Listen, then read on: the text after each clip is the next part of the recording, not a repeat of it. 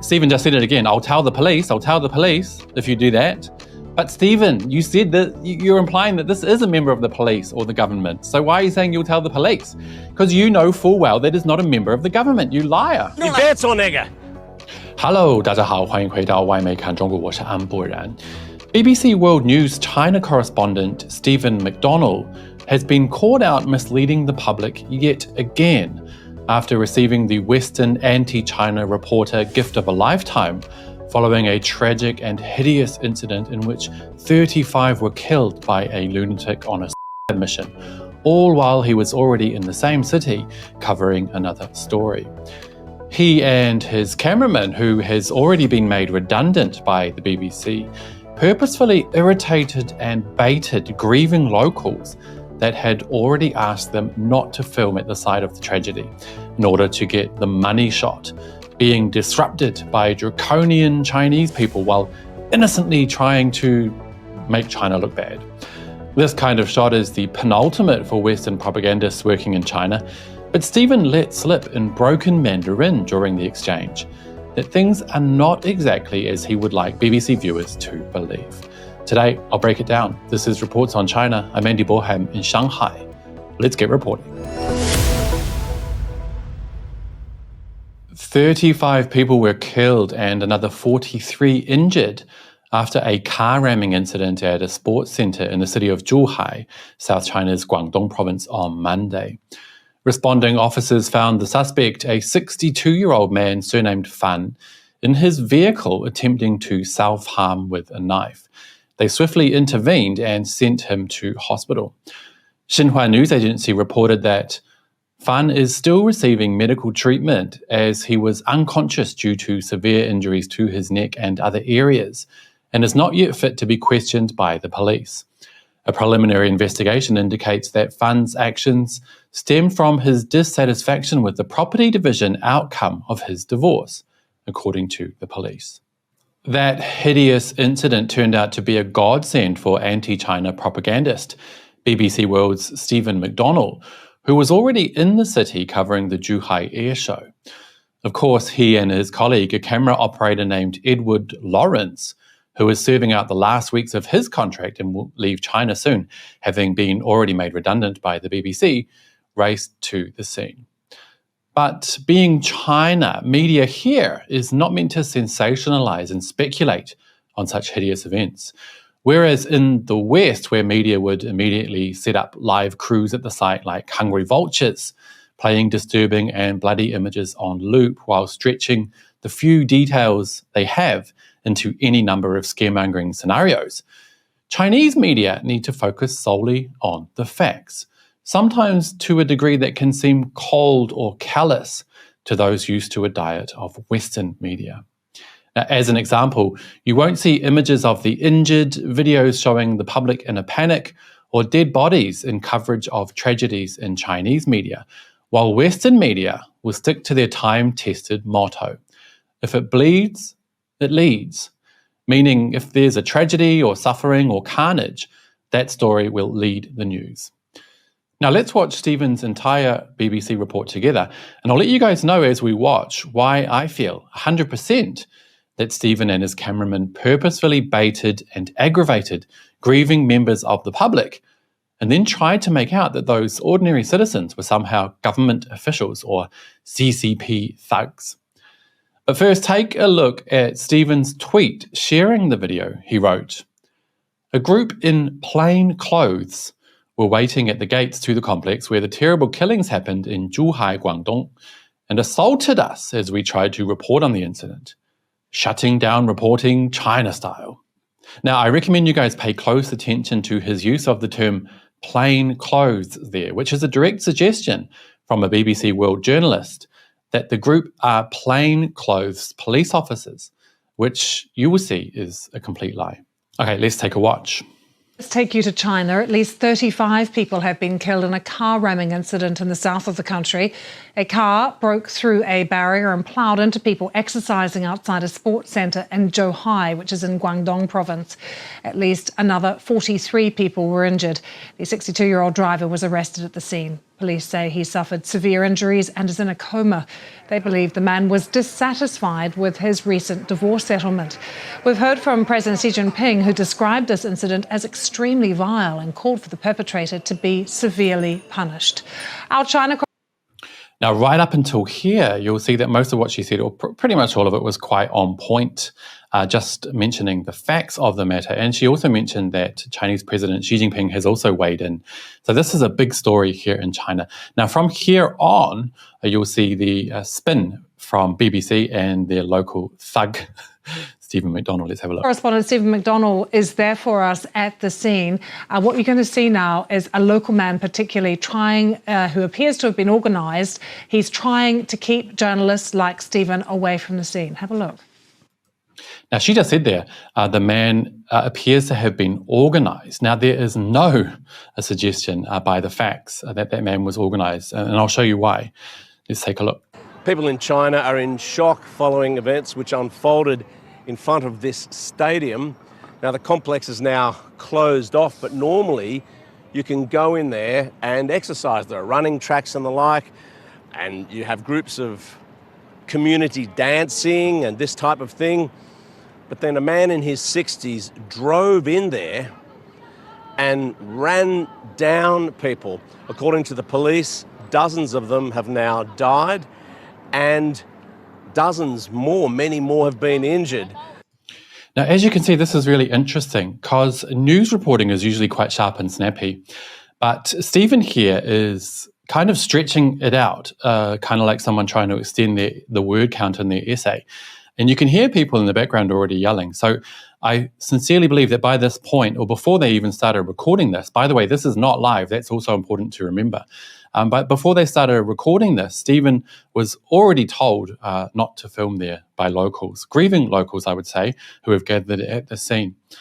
And so they filmed anyway, knowing exactly what was going to happen, and they were going to get the upcoming money shot. So what Stephen is doing here with his cameraman, Edward Lawrence, is baiting members of the public and waiting for them to come over. Ordinarily, because Stephen's kind of stuttering here and stammering, talking very slowly and trying to find words to extend the time until the members of the public come over. That's why you can tell that this is completely premeditated on Stephen's part, and he gets what he was hoping for. The death toll may even increase. And 不好意思，你别打扰我们。所以 come over here a bit, Ed. So he just said, "Come over here a bit, Ed." That's Edward Lawrence's cameraman. We're just getting hassled here by 你是谁？你为什么打扰我们？你是谁？你是谁？你是谁？我是中国人。哦，你是吗？ The guy just told him, you guys shouldn't film here. And now Stephen is saying in broken Mandarin, 你是谁? 你是谁? Who are you? And the guy said, I'm a Chinese citizen. Of course, we all know from the history that Chinese citizens are quite sick of Western media attacks, like from the BBC. BBC is one of the main culprits.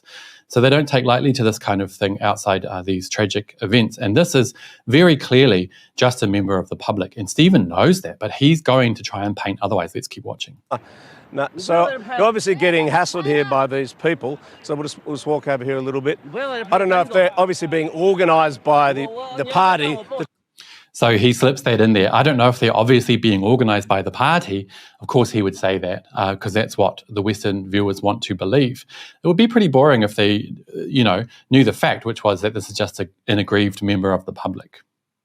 Try and stop this type of thing happening. No, 报警吧. Now, this is important because the man just said to him, you guys stop filming. I'm going to call the police. And then Stephen just replied, 你去报警啊? Go and call the police. Go and call the police. So would he really say that to someone who he thought was actually a member of the plainclothes police, which he insinuated in his tweet later on? Of course he wouldn't. He knows full well that this is just a member of the public, and he's just told that member of the public to go call the police. Xi Jinping has called on officials all over the country to try and settle community disputes to prevent this type of thing happening in the first place. And I suppose, what is he going to say after? And as you can see here, Stephen is again trying to stretch it out. He's not just going to stop recording. He wants something more to happen.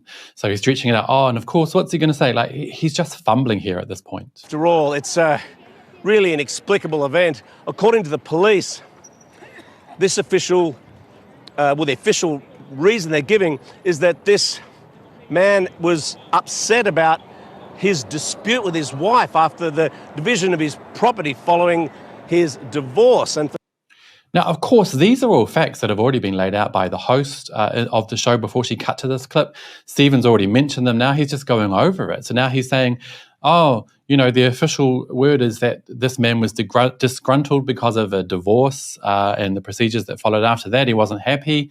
We already know that. But of course, Stephen is stretching it out here, like I keep saying, to try and incite and bait more drama from members of the public who have already asked him before they started filming to please not film here. For some reason, this has led him to drive into this complex and kill people.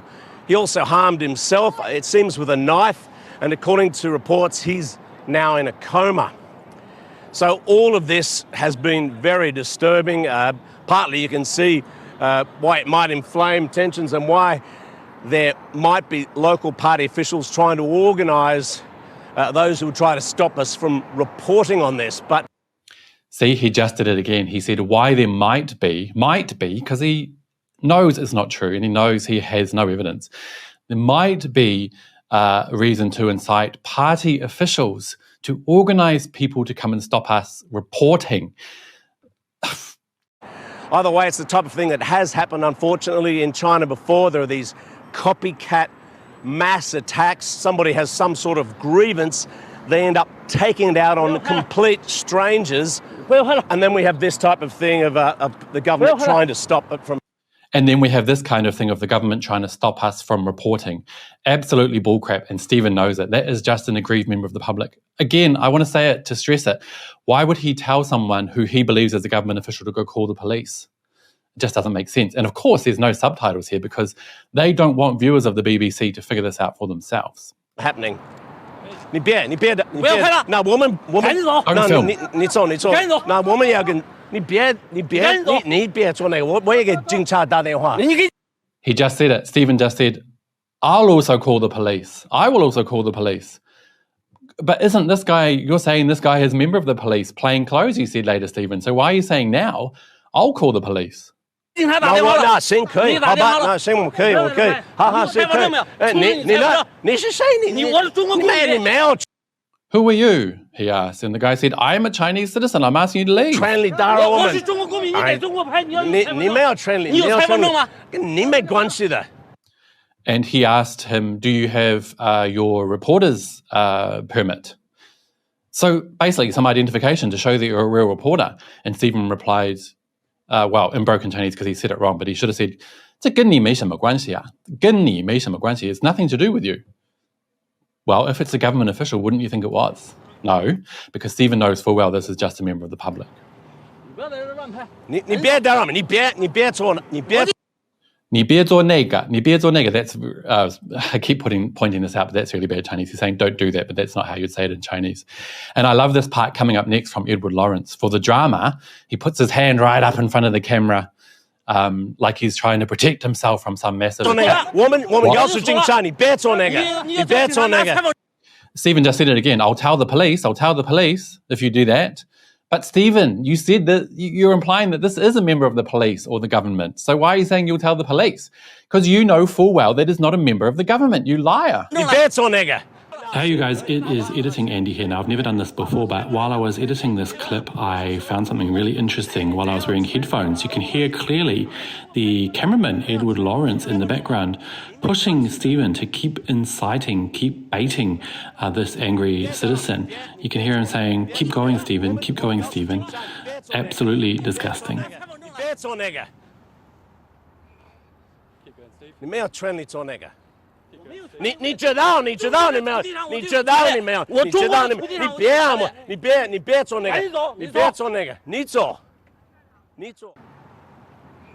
Now watch Edward's hand. 你没有权利做那个你知道你没有？你知道你没有？你知道你没有？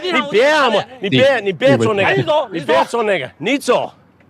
It is all theatrics. This frame here goes to show that it is all theatrics on the part of the BBC, which is absolutely embarrassing. Interesting, isn't it? Stephen and his cameraman, Edward Lawrence, they purposefully provoked grieving members of the public outside the site of a hideous incident where 35 died and more were injured, all in order to get the sort of China bad shot that Western audiences love and expect from China. They were told, even before they began filming, that they were not welcome there and that they should leave. Should that citizen have pushed them? Probably not, but I understand exactly why they're frustrated. Now, Western reporters have a history of harassing Chinese locals at the site of tragic events, and even outside hospitals where grieving family members are waiting for news on their loved ones. You might remember CNN reporter Will Ripley, who hung around with cameras outside a Tianjin hospital after a massive explosion there killed and injured many. And he refused to listen to grieving relatives who asked him to stop filming. And there are many more examples. When reporting in China or any other country, it's imperative that journalists follow local customs. Chinese people are simply not used to having cameras shoved in their faces by vulture-esque media trying to make a quick buck on the back of tragedy. And if those journalists truly respected the culture of the place they were posted, they would act accordingly.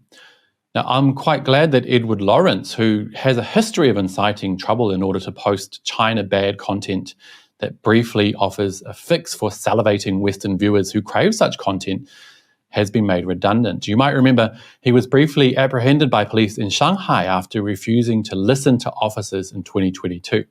And it's quite ironic, really, because I know 100% that he would have loved to have his visa cancelled by the Chinese government following that situation. But he was released and free to wait for the BBC to fire him instead. Nice one. The BBC needs to get rid of Stephen McDonell as well and hire some journalists with a true understanding and real respect for China and her people. And it wouldn't hurt to hire someone who can speak Mandarin either. Anyway, you guys, that will be it for today. As always, though, I'd love to hear what you have to say. Do let me know down below. And don't forget to hit like and subscribe if you haven't already. It really does help the channel. See you next time. Bye-bye.